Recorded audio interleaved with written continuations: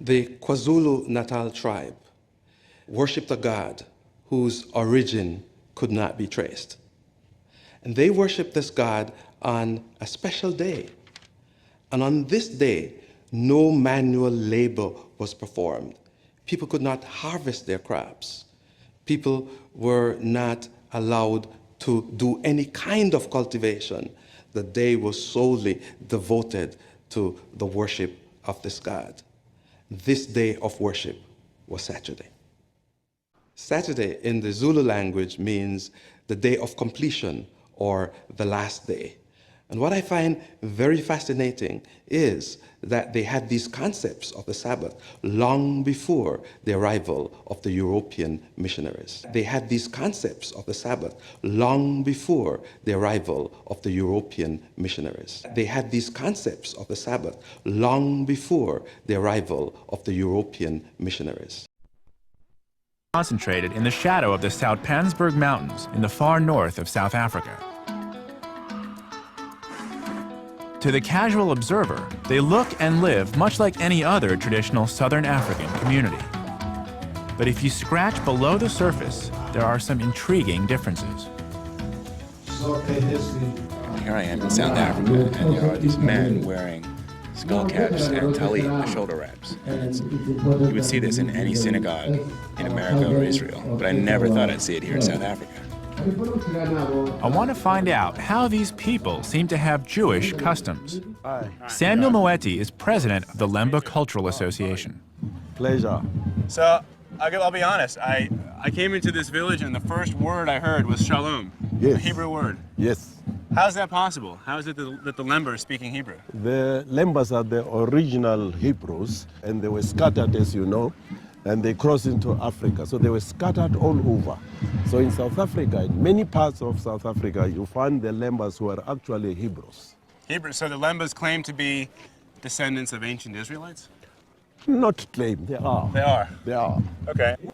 Can you give me a few examples of some of the Jewish Yes, traditions? we don't partake of pork.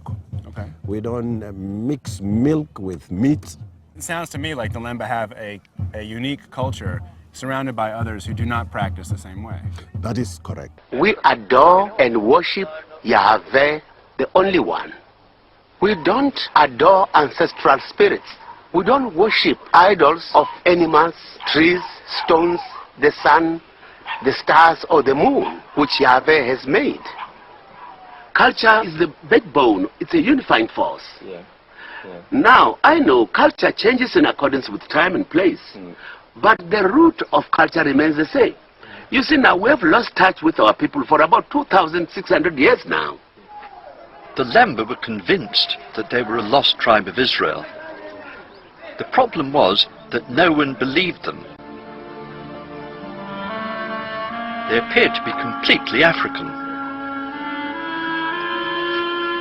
But I discovered a number of mysterious legends and customs that were very un-African. Men from other tribes were not allowed to marry into the Lemba. They refused to eat pigs and certain other creatures. They practiced the ritual slaughter of animals with a special knife.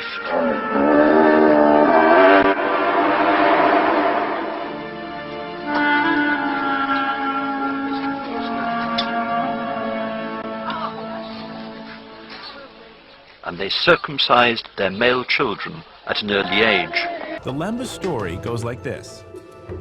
Thousands of years ago, they were forced out of Israel and settled in a place called Senna, which is believed to be the present-day Yemen. There, they lived as traders and craftsmen until war or natural disaster pushed them across the Red Sea and into Africa. Then began a slow migration south.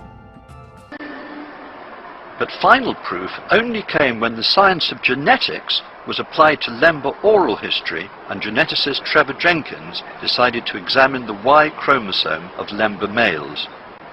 His interest had been sparked by what he'd heard about Lemba culture. The musicologist, Margaret Nabarro, told me the Lemba were of Jewish origin. I think she said that their music showed some signs of Jewish influence. Yes, she did. And so I went with her to a Lemba cultural festival and collected my samples there. Astonishingly, Jenkins discovered that the Lemba were indeed of Semitic origin. Subsequent research done by other geneticists showed that a significant proportion of Lemba men had a Y chromosome pattern known as the Cohen modal haplotype, which is characteristic of the Kohanim, the ancient Jewish priestly class. They were effectively a lost Israelite tribe. It was a vindication. For the Lemba, we always knew that we're Jewish, okay? But it was for those people on the outside that had said we're just making claims, you know, that here is proof that one cannot tamper with. These people are who they say they are. What was even more surprising about the DNA research was that the Cohen genetic fingerprint was especially strong in one particular Lemba clan, as geneticist Himmler Sudjal explained. The Lemba identify different clans, and one group that had it at a frequency in excess of 50% was the Buba. According to Lemba oral tradition, the Buba clan formed the priestly class and were responsible for leading the Lemba out of Israel. Genetics had confirmed that some of the Lemba's ancestors had indeed carried the DNA fingerprint of the Jewish priestly class, the Kohanim.